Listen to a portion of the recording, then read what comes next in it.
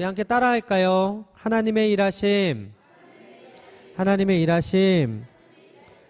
세 번째 시간입니다. 창세기 1장 1절을 가지고 우리가 하나님의 일하심을 두 시간에 걸쳐서 나누었는데, 그 창세기 1장 1절이 하나님의 세상을 향한 선언이었다고 한다면, 오늘 함께 본문, 이제 읽은 본문 마태복음 1장 23절은 구원을 향한 하나님의 선언이라고 할 수가 있습니다. 우리가 때때로 살면서 절망과 불안이 가득한 세상에 살아요.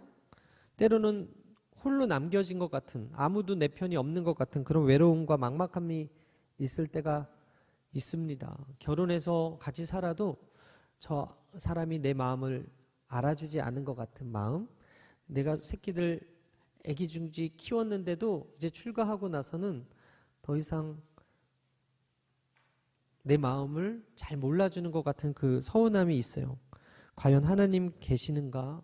이 깊은 신은가? 기도 듣고 계시는가? 하는 그런 의구심이 생길 때가 있습니다.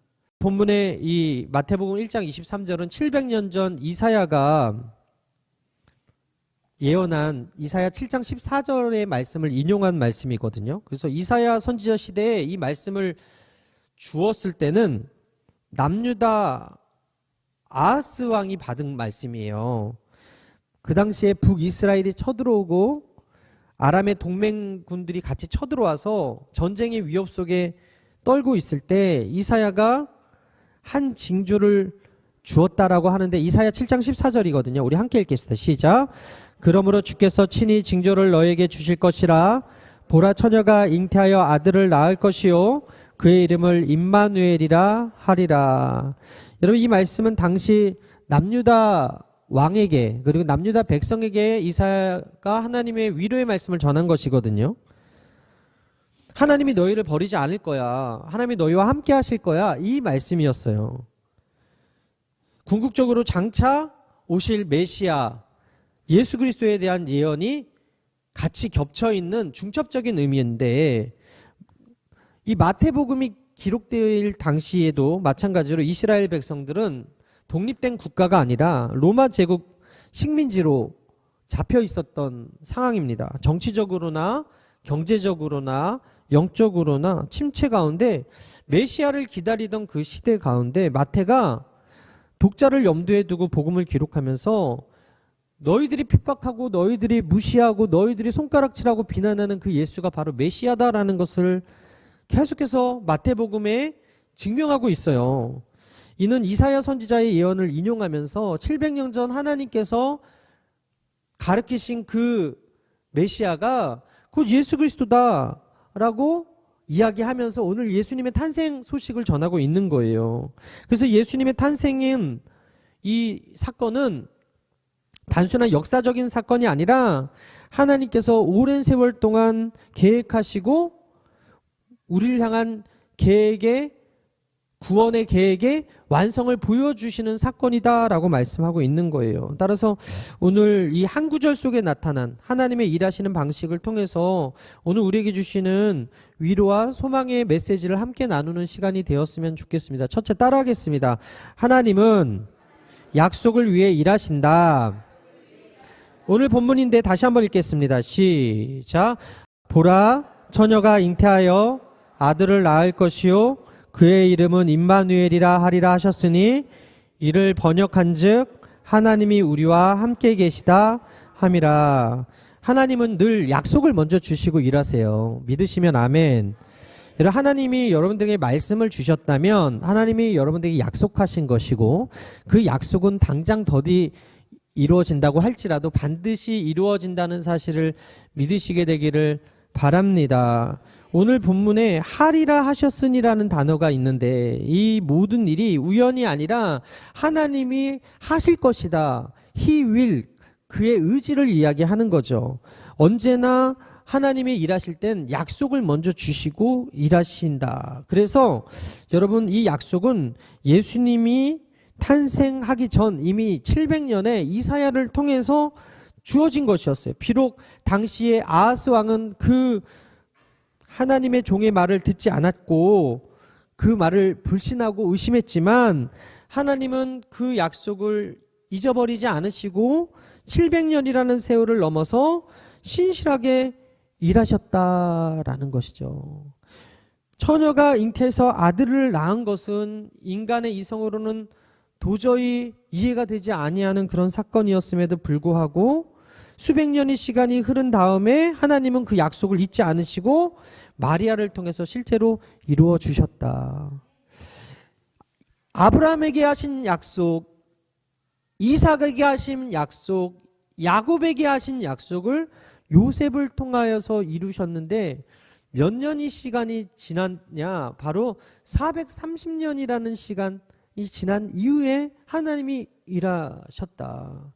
이것은 무엇을 의미합니까? 하나님은 약속하신 것을 까먹으시는 분이 아니라 약속하시는 것을 반드시 지키시는데 그게 우리의 때와 우리의 시간 타이밍하고 하나님의 때와 하나님의 시간 타이밍이 다르다는 거죠. 여러분 많이 들어보신 크로노스와 카이로스의 시간의 때가 다른 거예요. 인간의 크로노스 24시간 365일 벌써 이제 내일 모레면은 2025년이 끝나고 2026년이 시작되는 이 크로노스의 해에 하나님이 당장 일하셨으면 좋겠지만 카이로스 즉 하나님의 계획된 그 시간 안에서 하나님은 일하시는데 그게 몇 년이 걸릴지 언제가 걸릴지 모르더라는 거예요. 그럼에도 불구하고 하나님은 일하고 계신다. 할렐루야. 잊지 않으셨다. 할렐루야.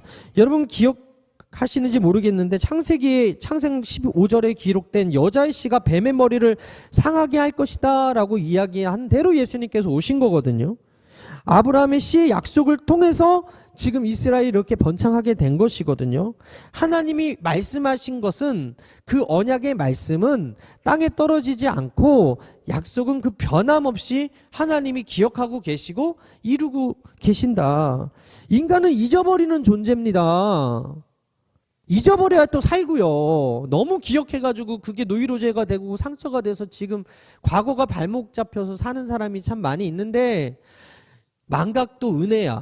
까먹는 것도 은혜고 깜빡깜빡하는 것도 어떻게 보면 저주가 아니고 은혜일 수 있는 거예요. 다 기억해 보세요. 어떻게 미워하지 않고 살 수 있겠어요. 근데 하나님이 망각의 은혜를 주셔서 우리는 까먹는 존재고 우리는 잊어먹는 존재예요. 어제 아침에 뭐 드셨어요? 지난주 말씀 기억나십니까? 우리가 많이 듣긴 들어도 우리가 많이 먹긴 먹어도 우리가 많이 경험하긴 해도 다 기억 못한다니까요. 근데 하나님은 기억하시더라. 작년에 이맘때 12월 세 번째 주 오셔서 기도한 기도 제목 다 기억나십니까? 까먹어. 우리가 여기서 간절히 주여 삼창하고 부르짖었는데 까먹었어. 뭔지 몰라요. 근데 하나님은 기억하고 계시다니까. 그리고 하나님의 때 일하고 있다니까. 그렇기 때문에 하나님은 신실하신 하나님이시라는 거예요. 인간은 약속을 까먹고 인간은 자기가 한 말도 잊어먹는데 하나님은 당신이 하신 말씀을 기억하시고 선하신 그 시간에 선하시게 행하시고 일하고 계신다. 히브리서 10장 23절을 말합니다. 함께 읽겠습니다. 시작. 또 약속하신 이는 미쁘시니 우리가 믿는 도리의 소망을 움직이지 말며 굳게 잡고. 약속하신 이가 선하다는 거예요. 약속하셨으면 반드시 이루어질 것을 믿고 포기하지 말고 낙담하지 말고 낙심하지 말고 넘어지지 말고 약속하신 이의 미쁘심을 기대하면서 선하신 그 하나님을 기대하면서 기다리는 거예요. 할렐루야. 여러분 하나님은 당신이 하신 약속을 모두 기억하시고 정확한 때에 변함 없이 이루시는 분이세요. 제가 이번 주에 그 요양원에 어르신 한 분이 돌아가셨다는 연락을 받고 대성병원에 이제 문병을 갔습니다. 근데 이제 고명수 권사님께서 또 대성병원에 계셔가지고 문병을 가는데 또 이제 전화가 온 거예요. 우리 노영균 집사님이 입원을 했다고. 그래서 또 거길 또 가봐야 되겠구나 하고 생각하고 있는데 또 갑자기 문자가 온 거예요. 우리 제이 성도님이 또 병원에 입원했다고. 근데 그날이 어떤 날이었냐면 제가 건강검진을 서울에서 한 날이었거든요. 수면 마취를 해가지고 비몽사몽이었던 날에 장내가 나고 갑자기 병원 신방이 세 건이 생긴 거죠. 그래서 제가 느꼈어요. 아, 주의 종은 주의 종이구나. 그날이 월요일이고 쉬는 날이었는데도 불구하고 제 개인적으로 이제 건강검진을 받았던 날인데 장례식에 가서 추모 예배를 좀 드려달라고 또 연락이 오신 거예요. 요양원이 폐업했지만 함께 오래 시간 함께 하셨던 권사님이셨으니까 거기 갔더니 거기에서 권사님, 집사님, 성도님을 다 신방을 하루에 다 하게 된 거거든요. 근데 이거는 제가 계획해서 한 게 아니라 하나님께서 간 김에 다 만나고 와라 해가지고 가서 다 만나고 왔어. 그래서 제가 아내한테 그랬어요. 저희 사모님한테. 야, 내가 주의 종이긴 주의 종인갑다. 하나님이 그래도 이 시간에 나 힘들지 말라고 저 멀리 원주나 저 멀리 경기도에 가지 않고 여기서 다 만나게 하시고 다 돌게 하시고 다 위로하게 하시고 이렇게 만나게 하시는 건 그래도 내가 주의 종이니까 하나님이 나를 이렇게 쓰시는구나 이렇게 고백을 했거든요. 여러분, 사람이 계획한다고 해서 이렇게 완벽한 타이밍에 이렇게 다 만날 수 없는데 하나님께서 한 번에 가가지고 위로하라고 그렇게 만들어 주셨어요. 여러분들 대성병원 가시면 세 분을 만나실 수 있습니다. 가셔서 위로해 주시고, 중요한 건 무엇입니까? 사람이 계획한다고 해서 이루어지는 것이 아니라 하나님의 선하신 그 시간 안에서 이루어진다는 사실을 여러분 믿으시면 지금 당장 내 뜻대로 되지 않고 지금 당장 내 기도가 응답되지 않고 지금 당장 내 마음대로 되지 않아도 우리가 감사할 수 있는 거고 기다리면서 기대할 수 있는 것임을 여러분 기억하시게 되기를 바랍니다. 아멘. 여러분, 예수님의 어머니 마리아, 천사가 나타나서 이해되지 않는 말을 했잖아요. 동정녀인데 처녀인데 네 몸에서 아이가 태어날 거라는 그 말에 그가 누가복음 1장 38절에 이렇게 고백하잖아요. 주의 여종이오니 말씀대로 내게 이루어지이다. 여기서 마리아가 천사를 붙들고서 왜 저여요? 왜 저여야만 합니까? 하면서 설명을 요구하고 매뉴얼 어떻게 제가 앞으로 어떻게 키워야 되나요? 이런 거 물어본 거 아니에요. 그냥 말씀대로 이루어지다라고 고백하고 순종했어요. 우리 신앙 본질 역시 이해돼서 믿는 거 아니에요. 그냥 말씀하시는 분이 선하시고 미쁘시고 우리를 향한 선한 계획이 나보다 더 큰 계획이 있기 때문에 그냥 그 약속의 말씀 붙드는 거예요. 그게 언제 이루어질지 몰라도 할렐루야. 저는 우리 하은이를 향한 선한 계획이 하나님께 있음을 믿고 우리 유은이를 향한 선한 계획이 있음을 믿고 그냥 오늘 밥 열심히 주는 거예요. 오늘 그냥 예쁘게 사랑해 주는 거예요. 우리 유한이가 언제 시집가고 언제 효도하겠어요. 그런데 그냥 오늘 안아주고 그냥 오늘 맛있는 거 사주는, 그리고 맛있는 거 먹여주는 그것으로 그 아이의 때를 기다리면 하나님이 귀하게 쓰시는 거 아니겠어요? 우리 서원이도 우리 하원이도 다 어렸을 때가 있었는데 이제는 한 몫씩을 다 교회에서 하는 거예요. 이제는 성인 전 단계의 이 청소년기에서 청년기로 넘어가는 시대 속에서 이 아이가 그래도 역할을 하더라고요. 저희 집에서도 마찬가지고 교회에서도 마찬가지고. 여러분, 이 아이들을 키울 때 당장 돈 벌어오라고 안 하잖아요. 9살, 10살짜리 아이들이 어느 정도 크고 어느 정도 성장할도록 부모님이 너른 마음으로 어여쁜 여기는 마음으로 사랑하는 눈으로 기다려주듯이 하나님께서도 마찬가지 여러분들이 실수투성이고 여러분들이 늘 넘어지고 늘 죄의 유혹에 빠져서 살아가도 당장 치시지 않고 심판하지 않고 기회를 세컨드 찬스로 우리에게 주시는 이유가 뭐예요? 하나님 미쁘시기 때문에. 하나님 저와 우리를 사랑하시고 우리를 오래 참으시고 기다리시고 계시다. 그 선하심을 믿으시면 여러분들이 오늘 당장 하나님이 내 기도 응답 안 해주신다고 해도 당장 내 뜻대로 이루어지지 않는다고 해도 우리가 하나님께 드려야 될 것은 불평과 원망이 아니라 감사의 찬양임을 기억하시게 되기를 바랍니다. 하나님 아브라함에게 나타나셔서 75세 때 큰 민족을 약속하셨지만 이삭은 25년 후에 태어났잖아요. 그 25년이라는 시간 동안 아브라함은 늘 갈대와 같이 흔들려가지고 첩도 얻고 또 양자가 진짜 자신의 종이 그 하나님의 약속인 줄 착각하고, 그리고 또 첩에서 낳은 아들이 자신의 약속인 줄 알고 그렇게 넘어지고 그렇게 흔들리고 그렇게 의심하고 있었지만, 하나님은 신실하셔서 이삭을 허락하시고 그를 통해서 하나님의 선하심을 계획하시고 이루셨잖아요. 요셉 18살 정도 되는 그 청소년 청년기에 꿈을 꿨는데 그 꿈대로 당장 이루어진 것이 아니라 기다림의 시간이 거의 20년 가까이, 18년이라는 시간이, 기다림의 시간이 있었다.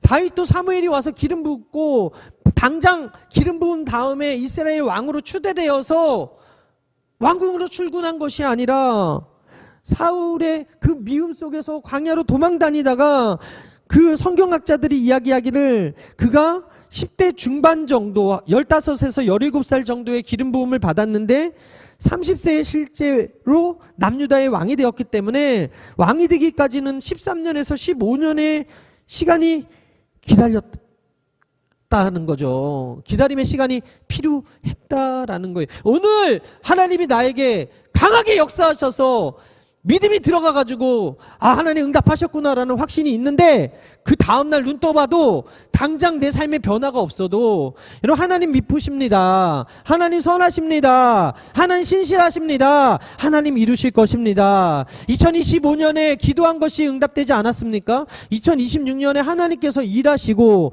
하나님께서 동일하게 역사하시니까 여러분 포기하지 마시고 불평과 원망이 아니라 감사함으로 주님 앞에 나아갈 때 하나님께서 여러분들의 기도에 응답해 주심을 믿으시게 되기를 바랍니다.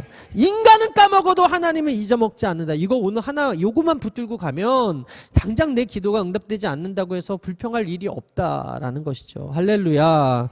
두 번째 따라하겠습니다. 하나님은 구원의 일을 행하신다. 요셉에게 예수님의 사명을 이렇게 얘기합니다. 아들을 낳을 것이다. 이름을 예수라 하라. 이는 그가 자기 백성을 그들의 죄에서 구원할 자이심이라 하니라. 예수님의 사명이 뭐라고요? 자기 백성을 구원할 자라는 거예요. 여러분, 죄는 하나님과 인간 사이를 갈라놓는 가장 큰 문제였어요. 임마누엘의 이 약속, 예수님을 구원자로 보내시겠다라는 이 약속은 우리와 함께 계시다라는 것을 뛰어넘어서 우리를 죄로부터 구원하시기 위한 구체적인 목적을 이야기한다라는 거예요. 사람들은 가끔 예수를 믿을 때 예수 믿으면 다 잘 된 줄 알아. 다. 근데 예수 믿어도 여러분 아시다시피 금요철에 오시면 참 병자가, 여의도 순복음교회는 성도가 많아서 그런지 병자를 위한 기도를 하는데 정말 적어도 6, 7명은 항상 올라오는데, 제가 봐도 의사가 포기할 만한 병들의 병명이에요. 막 췌장암, 그 다음에 위암, 담도암, 말기 막 이런 것들. 이거 사람 고칠 수 없는 그런 병들 같은 것들이 올라온다니까요. 예수 믿는 권사님, 장로님, 집사님이신데도 불구하고 나이를 뛰어넘고 어린 아이들도 소아암에 걸려서 그런 기도 제목이 올라온다라니까요. 여러분, 예수 믿어도 우리는 병에 걸릴 수밖에 없어요. 왜? 우리가 사는 이 세상은 원죄로 말미암아 삼중저주가 왔거든. 삼중저주가 뭡니까? 가난, 질병, 죽음이에요. 이 가난, 질병, 죽음이 그 원죄, 아담과 하와의 그 원죄로 말미암아 우리 가운데 들어와서 내가 당장 선하게 산다고 해도 우리는 죄인으로 태어났다라는 것은 결국 이 세상이 죄인들의 세상이다 보니 죽음이 있잖아요. 어느 나라 사람들도 다 죽어. 그리고 일하지 않으면 가난해지잖아요. 건강관리 안 하면 어떻게 해요? 육신이 질병이 임하잖아요. 그런데 더 신기한 건 아무리 건강관리를 잘해도 언젠가는 육신이 쇠약해지고 늙어지면서 죽음에 이르는 병에 우리가 다 걸려 있다라는 것이죠. 근데 하나님께서 우리에게 예수 그리스도를 허락하여 주셨고 그 예수를 믿으면 멸망하지 않고, 무슨 얘기예요? 죽음 이후에 심판 가운데 멸망이 아니라, 지옥이 아니라 영원한 생명을 허락하여 주셔서 아담에게 모든 것을 다 만들어 놓으시고 에덴에 초청하시고 살게 하신 것처럼 우리도 이 육신의 장막, 죄된 이 육신을 벗고서 어디를 갑니까? 천국에서 영원히 하나님과 함께 살게 그 길을 열어주신 분이 누구다? 예수 그리스도라는 거예요. 이것을 여러분 사람이 할 수 있는 일이 아니라는 거죠. 이 구원의 일은 우리가 더 나은 사람이 되는 거 할 수 있지만, 더 도덕적으로 살 수는 있겠지만, 조금 더 종교적인 열심을 한다고 해서 스스로를 구원할 수 있는 힘과 능력은 없더라. 로마서 3장 10절에 의인은 없나니 하나도 없으며, 에베소서 2장 8절에 너희는 그 은혜에 의하여 믿음으로 말미암아 구원을 받았으니 이것은 너에게 난 것이 아니요 하나님의 선물이라 행위에서 난 것이 아니니 이는 누구든지 자랑하지 못하게 하려 함이라. 우리가 구원받은 것이 우리의 행위와 우리의 선함과 우리의 어떠함 때문이 아니라 전적인 하나님의 은혜 때문이다. 할렐루야. 아무리 이렇게 얘기해도 어떤 사람은 듣고 안 믿어져요. 근데 어떤 사람은 듣고 믿어지는 거예요. 그 믿어지는 사람들이 바로 저와 여러분들인 것이, 이것이 은혜라는 거예요. 할렐루야. 모든 종교와 철학은 인간 스스로 힘으로 구원할 수 있다. 스스로를 구원할 수 있어. 더 고행하면, 더 선행하면, 더 구제하면, 더 무엇인가 하면 doing을 이야기한다라니까요. 선행을 쌓고 수양을 하고 지식을 개발하면 유토피아에 도달할 수 있다고 그렇게 이야기합니다. 그런데 역사가 증명하는 게 뭐예요? 최고의 지성들이 다이너마이트를 만들고 원자폭탄을 만들어서 결국에는 전쟁을 일으키고 사람들을 죽이고 자신의 탐욕을 위해서 살아가는 것을 보지 않았습니까? 결론은 명확합니다. 우리 스스로 구원할 수 없다. 그렇기 때문에 구원은 밖에서 와야 된다는 거예요. 내 안에서 스스로 우리를 살릴 수 없으니까. 우리 노력이 아니라 일방적인 선물, 그것이 바로 은혜인데, 이것이 바로 예수 그리스도를 통해서 이루어진 복음이고 기쁨의 소식이다라는 것이죠. 여러분, 이스라엘 백성이 430년 동안 노예 상태에서 스스로 빠져나올 수 있는 힘이 없었어요. 그 당시 애굽은, 여러분 우리가 출애굽기를 읽어보면 그냥 뭐 하나님께서 가지고 놓을 정도로 우습게 생각이 되는 나라인 것 같은데, 제가 찾아보니까 애굽은 자국 역사에서 손꼽히는 최전성기급 초강대국이었어요. 지금 우리가 미국이 엄청나게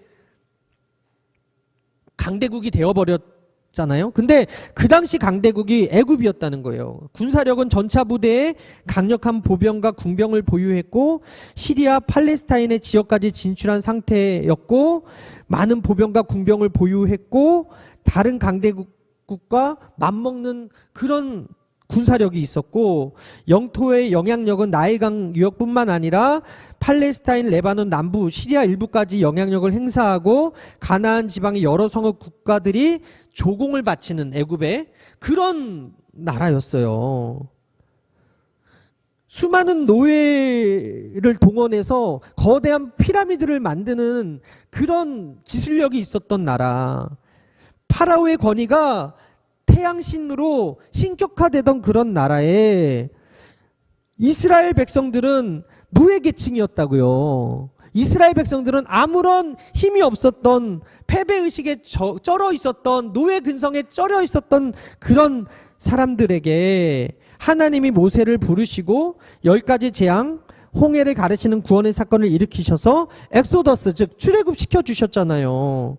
그 당시 이스라엘이 한 것은 무엇입니까? 모세의 말대로 어린 양 잡아가지고 문설주 문인방에 피 바른 것밖에 없어요.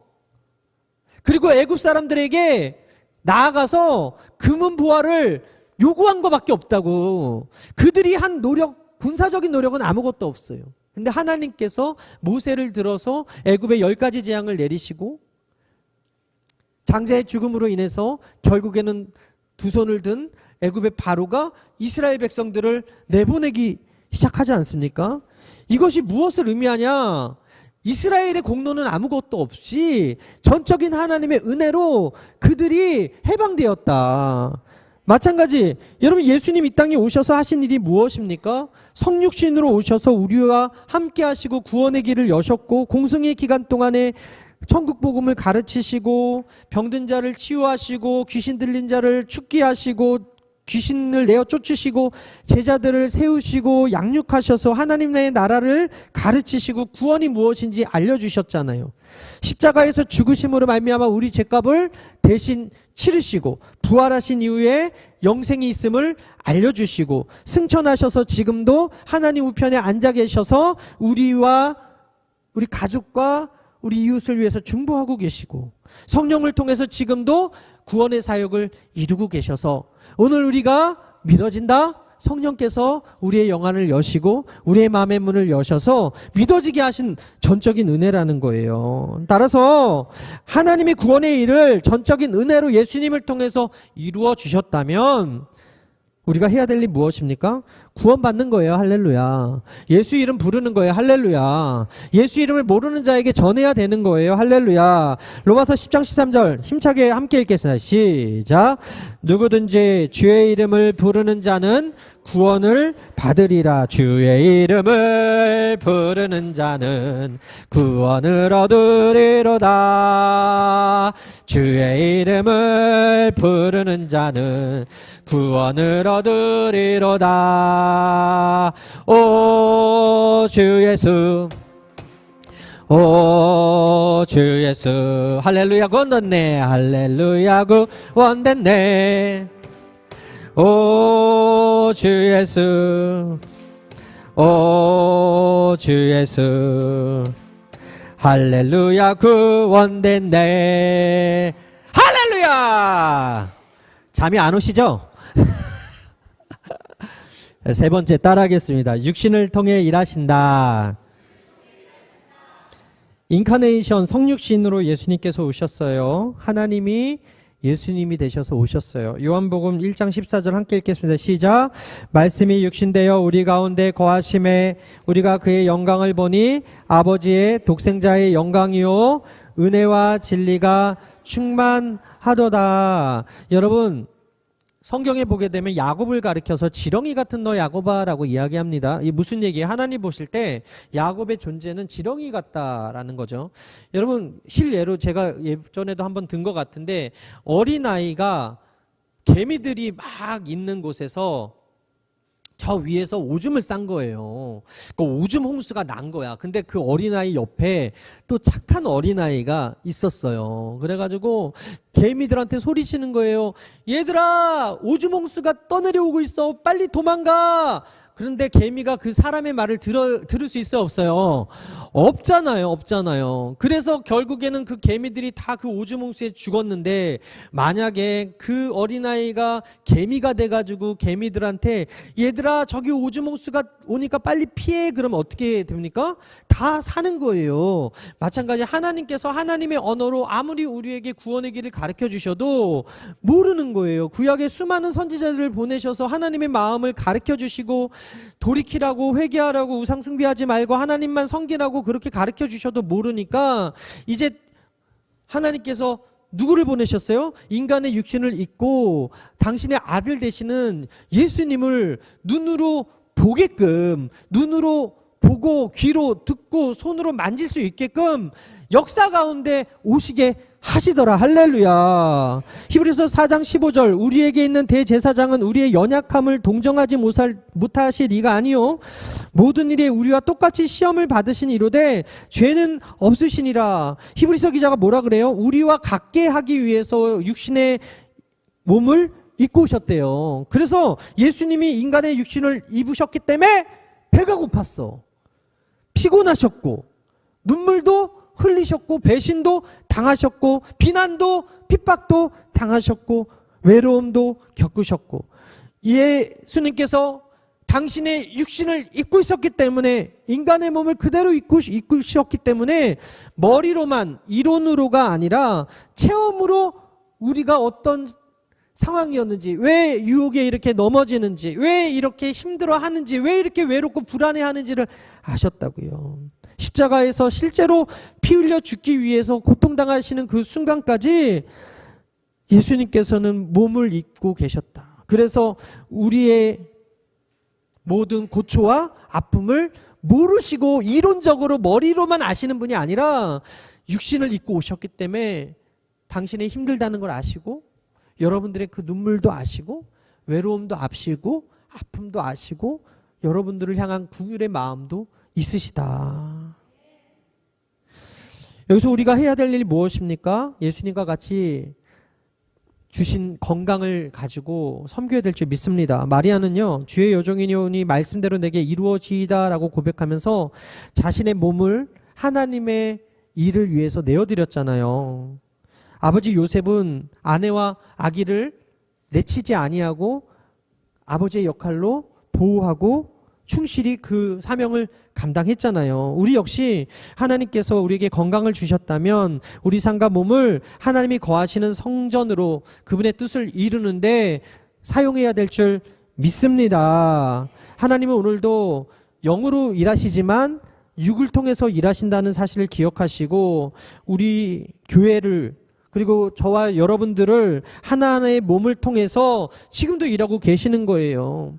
그래서 성전에 쓰레기 있으면 아유 쓰레기 왜 안 치웠어? 손가락질 하지 말고 내가 주시면 되고, 화장실에서 냄새 나면 좀 물 한 번 좀 뿌려주시고 물 잘 내리시고 문 좀 통풍 잘 되게 하시고, 불평하고 원망하고 누군가가 해야지 왜 내가 해야 돼 그런 생각이 아니라 그렇게 교회를 가꾸는 것이 저와 여러분들이 해야 될 사명이고, 나아가서 또 외롭고 힘들고 가난한 자들에게, 여러분 예수님께서 왕궁에서 오시지 아니하고 가난한 그 목수의 아들로서 태어나셔서 그 말구에 놓으신 이유가 뭡니까? 대통령 만나보신 분 있어요?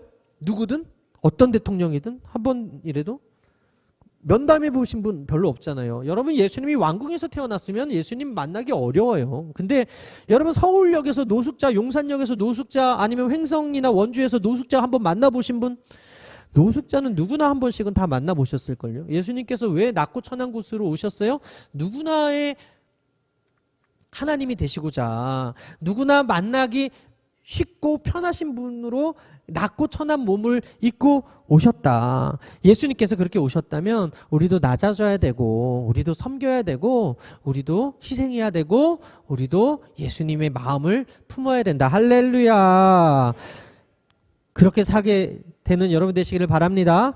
마지막 따라하겠습니다. 우리와 함께 하시기 위해 일하신다. 임마누엘이 뭐예요? 하나님이 우리와 함께 하신다. 할렐루야.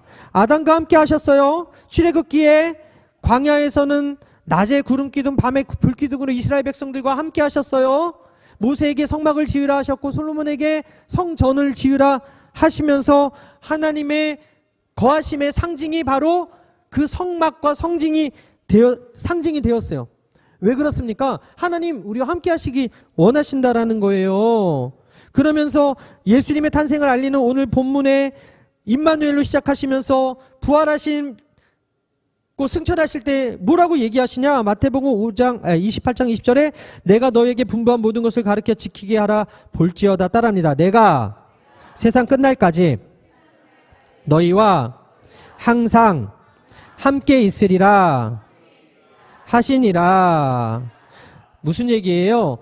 오실 때도 임마누엘, 가실 때도 임마누엘. 할렐루야. 우리와 함께 하시는 이유가 무엇입니까?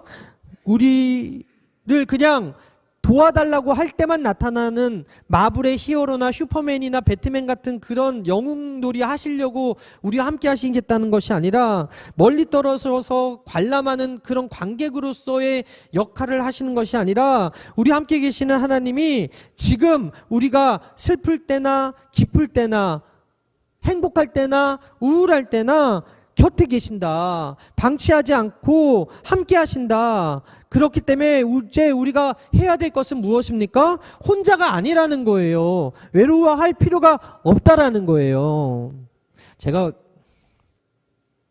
이번에 인터넷에서 좀 재미있는 글을 하나 읽었는데 혼자라고 느끼시나요? 그렇게 써 있었어요. 그래서 이게 뭐지? 하고 봤더니 혼자라고 느끼신다면 공포영화를 보세요.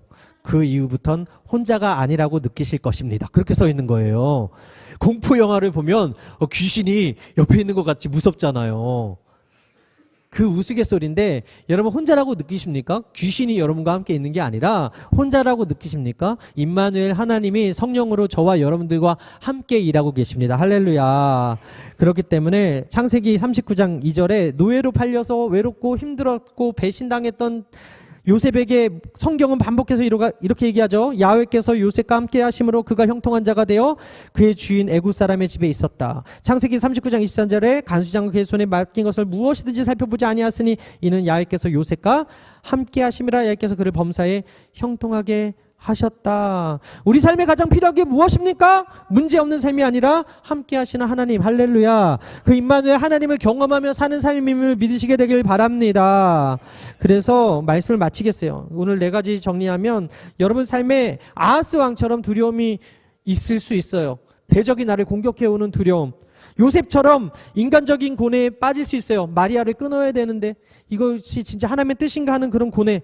그럴 때 임마누엘의 약속을 붙드시게 되기를 바랍니다. 하나님의 약속은 인간은 망각해도 하나님은 기억하시고 이루실 것이고 구원의 은혜로 저와 여러분들을 붙드실 것이고 우리 삶 가운데 가장 가까이에서 함께 하고 계신다는 사실을 믿으시고 지금 당장 눈에 보이지 않아도 지금 당장 나타나지 않아도 하나님은 저와 여러분들과 함께 하시고 일하고 계신다는 사실을 믿으시고 고요한 밤 거룩한 밤 가사처럼 주의 부모 앞에 앉아서 평안한 잠을 누리시고 할렐루야. 지난주에도 불면증으로 인해서 우울증으로 인해서 잠 한숨 못 자고 힘들어서 오신 어떤 분이 계셔서 제가 위로해 드렸는데 어린아이는 불면증이 없잖아요. 너무 잘 자요. 아빠 엄마가 봤을 때 깨워도 못 일어나요.